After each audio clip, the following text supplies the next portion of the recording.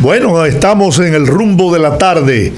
Comentábamos hace un momento sobre la situación en Haití. Hay la decisión de que asuma Ariel Henry. Aparentemente ya hoy se produjo la renuncia de Claude Joseph. Sí. Así que vamos a analizar la situación de Haití con un gran amigo nuestro, un gran conocimiento sobre la problemática haitiana. Me refiero al doctor Juan Miguel Castillo Pantaleón. Buenas tardes, doctor.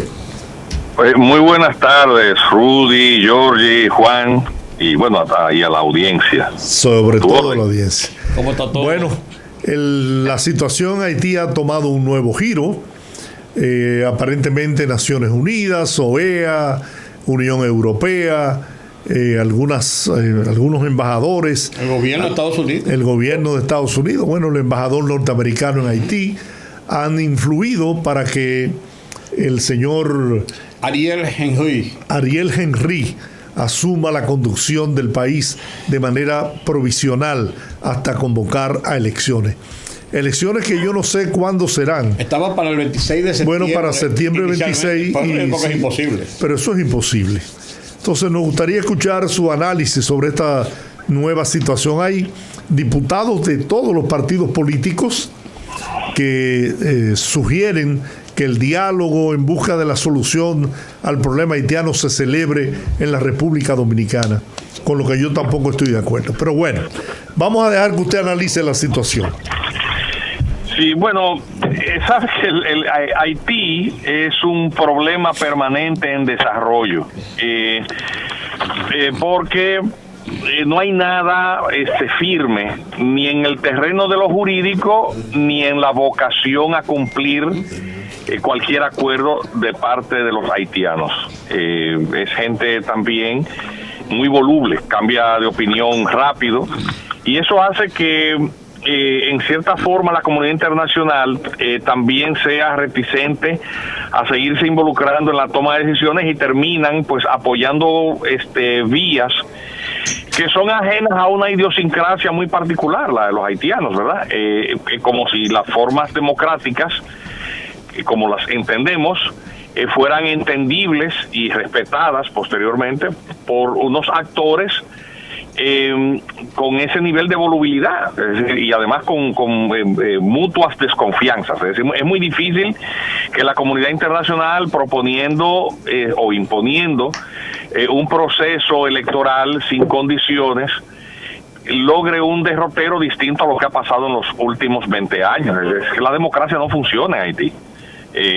Haití no tiene el desarrollo político para que esto logre arraigarse. Los haitianos, una vez alcanzan cierta posición, asumen, esa es la conducta generalizada, actitudes centralizantes, autoritarias y excluyentes del otro, y el juego de la democracia necesita de aceptación de las reglas. Entonces eso es un problema, por lo tanto, que no se va a resolver. Ariel Henry, atención, había sido ministro 2 veces, algo que no he visto destacado en los medios de comunicación, pero él tenía experiencia ministerial previa. Es un hombre muy respetado, había estudiado en el campo de la neurología, con un doctorado y una maestría en Francia. Es un médico reputadísimo. Y había sido designado, nunca quedó claro las razones por las cuales el presidente destituye o pide la renuncia de Claude Joseph, que había renunciado, es decir, él había aceptado la designación, su sustitución, había entregado el cargo y había felicitado la designación de Ariel Henry en un tuit que, bueno, ha quedado sepultado en la baraúnda de sucesos posteriores, pero él había entregado, y lo que estaba pendiente simplemente era la juramentación de este señor. Pero cuando Joseph acepta o se declara a sí mismo como autoridad interina, con el cuerpo aún tibio del presidente asesinado, pues obviamente eso desató muchísimas especulaciones, porque todavía no estaban claras las circunstancias del horrendo hecho cuando este señor ya se declaraba autoridad. Entonces, ¿fue un magnicidio o un golpe de Estado? Entonces, ¿qué pasa? El calendario electoral había sido pospuesto de julio a septiembre, empeñado el presidente Moïse en realizar elecciones, referéndum y elecciones presidenciales para el mismo día, sobre la base de un proyecto de constitución que fortalecía la figura del presidente, eliminaba una de las cámaras del Congreso y creaba la figura de la vicepresidencia, más otras modificaciones estructurales del sistema político haitiano, que es republicano parlamentario y que no funciona, ciertamente. Entonces, esto había sido rechazado por toda la clase política tradicional, que tiene su mayor representación en el Senado. Había siempre mucha rivalidad entre los senadores y el presidente Moïse, y él, por hipoxia, los fue asfixiando, haciendo que se agotaran sus mandatos, y como se renueva por tercios, una vez caducado o vencido, un tercio final había quedado sin quórum suficiente para sesionar. Eso le permitió al gobernar por decreto. Entonces el presidente, el primer ministro, que era canciller y primer ministro al mismo tiempo, Claude Joseph, cuando él declara su condición de autoridad interina de gobierno, pues el señor también anunció que mantenía el calendario de referéndum y elecciones para el 26 de septiembre. Cuando eso pasó hace 2 semanas, bueno, con el cuerpo tibio, el cadáver tibio del presidente, al otro día, toda la oposición, e incluso por boca del propio presidente del partido haitiano, Ted Calais, que es el partido gobernante, que se había enemistado con el presidente Moïse, reconocen como autoridad legítima al presidente del Senado, con el voto favorable e insuficiente, por cierto, de 8 de los senadores que aún quedaban vigentes. Quedaban 10. De 10, sí. De 10 de 30.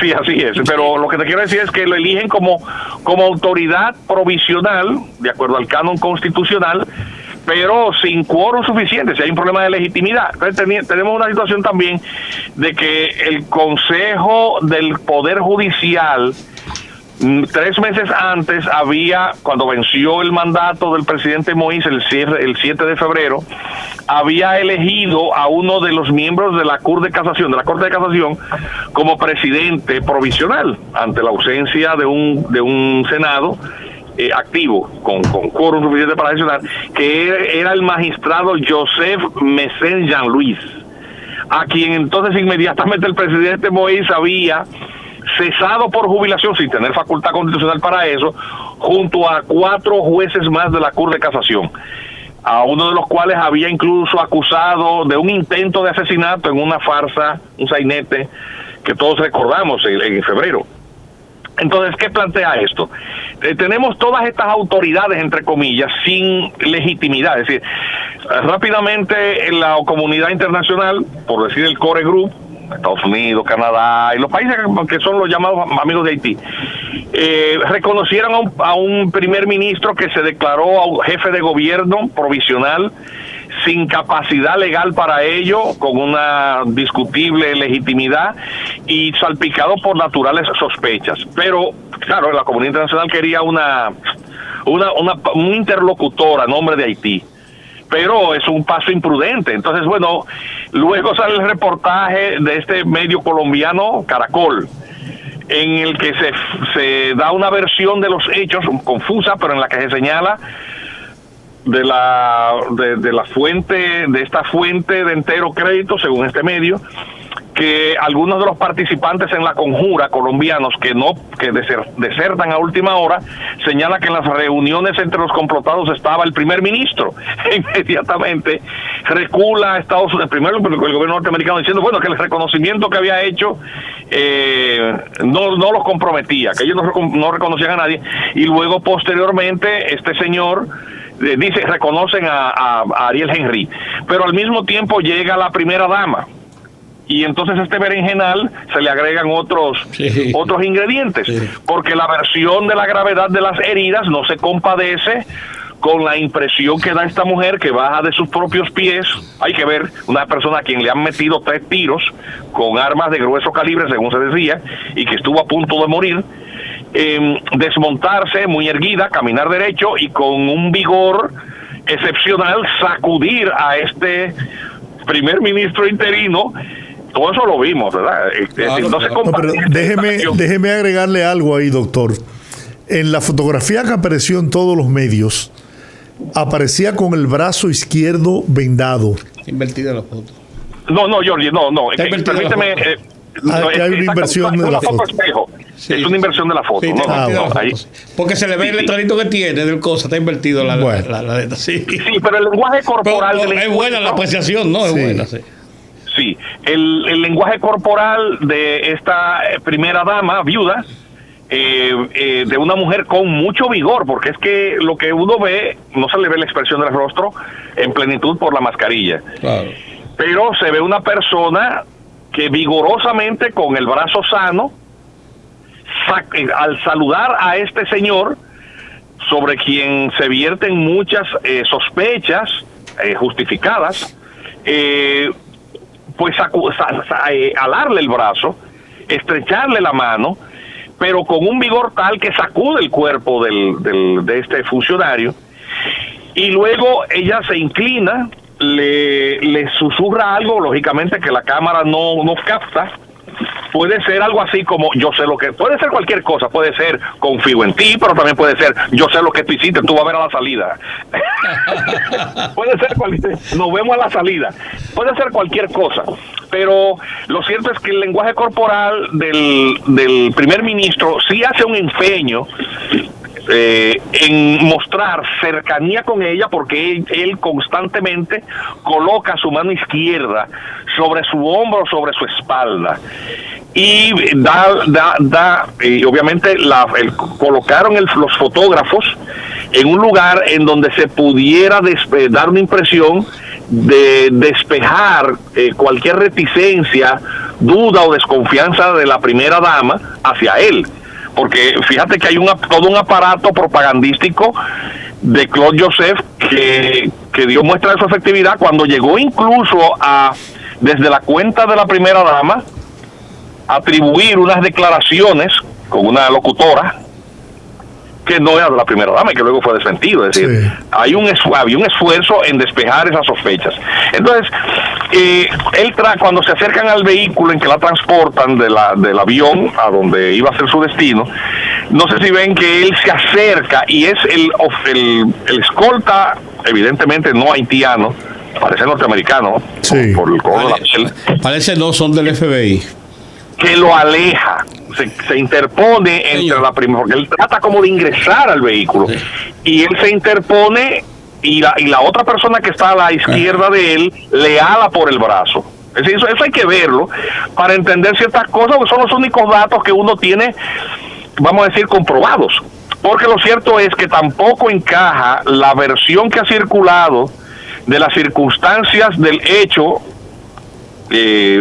criminal, es decir, cómo fue asesinado, el relato que se le atribuye a la primera dama, con la evidencia criminalística que ya sí es pública, de las fotografías, que son horrendas, por cierto, del cuerpo herido y de las radiografías que muestran las lesiones corporales.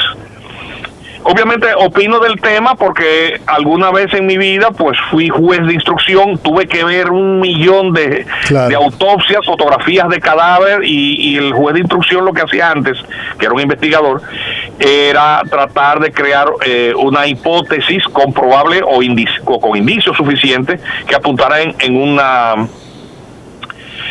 dirección que de ausencia de vinculación o de no vinculación con el imputado. Es decir, había que reconstruir en cierta forma criminalísticamente el hecho, y por lo tanto la evidencia es algo a lo que uno atienda. Queda uno con un oficio que no se abandona, mirando las cosas con los ojos del investigador. Y te puedo decir, en base a esa experiencia que duró muchos años, que la versión del relato que se le atribuye a la primera dama no encaja en la evidencia criminalística de las fotografías del cuerpo del cadáver y de las radiografías.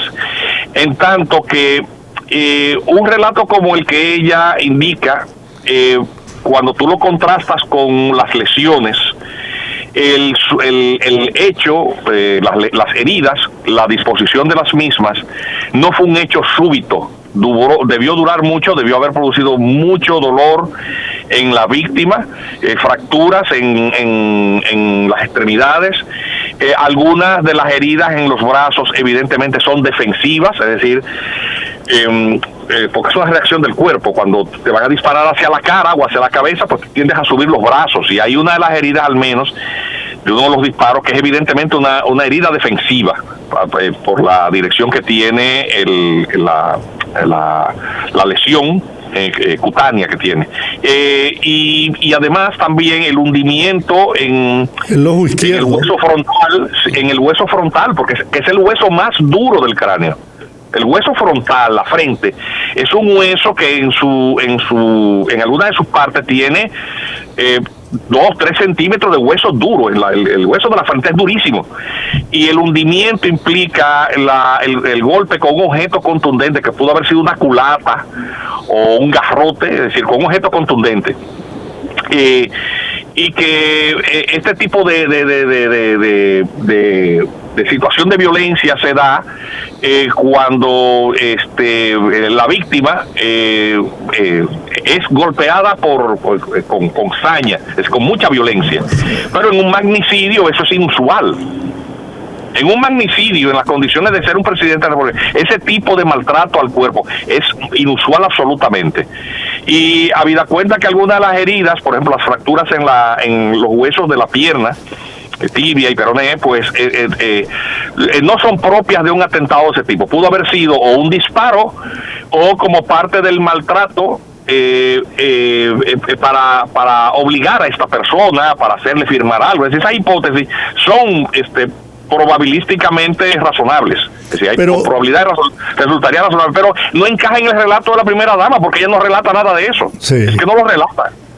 Hay algo ahí que no encaja. O le habrán puesto limitaciones para que no dé declaraciones de qué fue lo que realmente sucedió esa noche, esa madrugada. Sí, porque ella, la testigo es ella. Ella es la única. Sí. Ella y los que ejecutaron. Los ejecutantes, sí.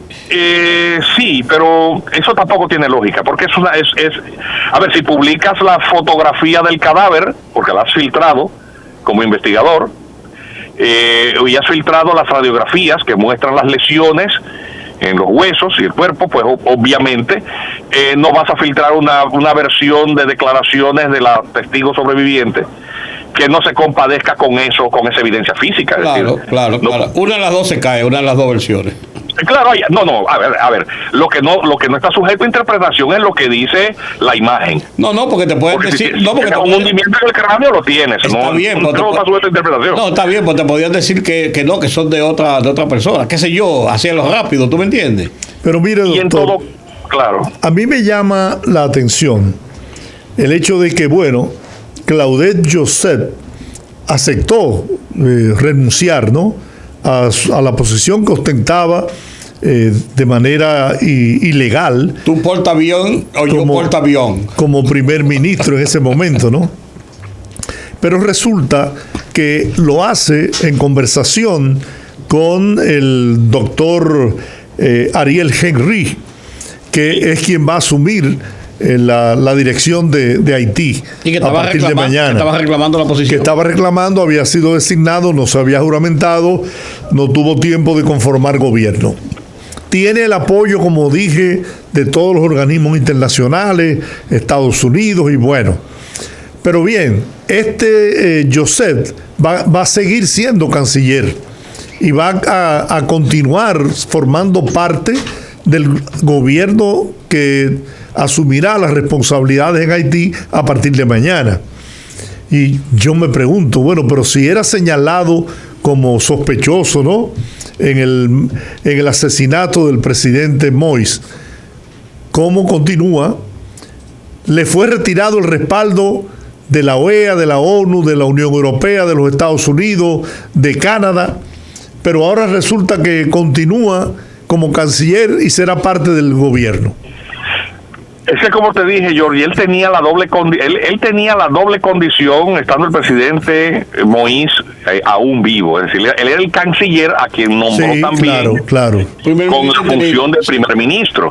Cuando Ariel Henry es designado y Claude Joseph entrega la posición para que el otro forme gobierno, es cuando horas después matan al presidente. Y Ariel Henry, uno de los tweets y declaraciones, eso salió de novelistas, él le señalaba a Claude Joseph que él debía entregar la posición porque él de todas maneras consideraba que él debía formar parte del gobierno continuando en la posición, ostentando la posición de ministro de Relaciones Exteriores o canciller. Y es en ese interregno en donde se produce todo el tema de la información que sale en este medio colombiano, en Caracol. Ahora bien, hay quienes analizan que el doctor Ariel Henry tiene experiencia porque fue ministro en el gobierno de Martelly entre 2015 y 2016 y también integró el Consejo de Sabios. Esto le da un matiz a él de ser rechazado por los sectores de izquierda en Haití, que los representa el expresidente Aristide y su partido político, ¿no? Entonces, ¿cómo una persona que tiene ese problema va a poder lograr conciliar todos los intereses políticos que imperan en Haití? Yo estoy viendo eso demasiado complicado. Mira, lo cierto es que no hay en Haití actualmente un liderazgo en ningún sector que genere la confianza, un nivel de confianza que produzca un efecto de cascada o que aglutine ante la ausencia de árbitros apoyos mayoritarios. Es decir, quien alcanzó cierto nivel de consenso para confrontar a Claude Joseph fue Joseph Lambert, el presidente del Senado. Sí. Porque hasta el presidente del partido, Ted Calais, que es el partido de gobierno, es decir, es el partido de Martelly, y es el partido de Jovenel Moïse y del propio Claude Joseph. Es decir, el presidente del partido apoyó a Joseph Lambert. Sí. Habrá que ver si entre comillas, consenso circunstancial se prolonga ante este nuevo escenario del reconocimiento de la autoridad del doctor Henry. O sea, es que esto está en desarrollo y está por verse también qué hallazgos la investigación que lleva a cabo el FBI revela en términos de conexiones del magnicidio con estructuras cercanas al presidente Moïse, porque eso también tendrá un peso muy grande. Ya el presidente del partido, Ted Calais, había insinuado que la posibilidad de que en el magnicidio concurriera gente de su propio partido, y por eso había apoyado a Lambert. Y por lo tanto, vuelvo y te repito, esto es una situación en desarrollo muy confusa. Hay demasiada información suelta que no es verificable y cuyos matices pueden hacer variar totalmente el cuadro, es decir, y tener otro escenario. Lo que sí está claro es que en Haití tampoco hay condiciones para la celebración de unas elecciones. Imposible. Porque recordemos que el tribunal, la autoridad electoral allá es el Consejo Electoral Provisional, que había designado, compuesto por 8 monigotes que había nombrado Jovenel Moïse, y que no contaba con el apoyo suficiente de la población, que desconfiaba absolutamente, que dio unos resultados de un esfuerzo de supuestamente documentar los votantes haitianos. Recordemos que incluso es en esa circunstancia que el país es visitado por Claude Joseph para supuestamente estimular la inscripción de la diáspora haitiana residente en la República Dominicana en la embajada. Recordemos que estuvo de visita aquí hace un par de meses, y vimos al embajador haitiano en la República Dominicana muy activo tratando de convocar a a los haitianos a que se registraran en el padrón electoral. Y ellos dieron una cifra que de una supuesta un padrón electoral de 4 millones y pico de haitianos y estaban habilitados ya para votar en ese referéndum. El referéndum que a final de cuentas terminó, que se volvió agua de borrajas, porque el presidente Moïse, como parte de su estrategia, en cierta manera frustró en los procesos de vacunación. ¿Por qué? ¿Por qué la autoridad sanitaria en Haití fue renuente a implementar planes de vacunación?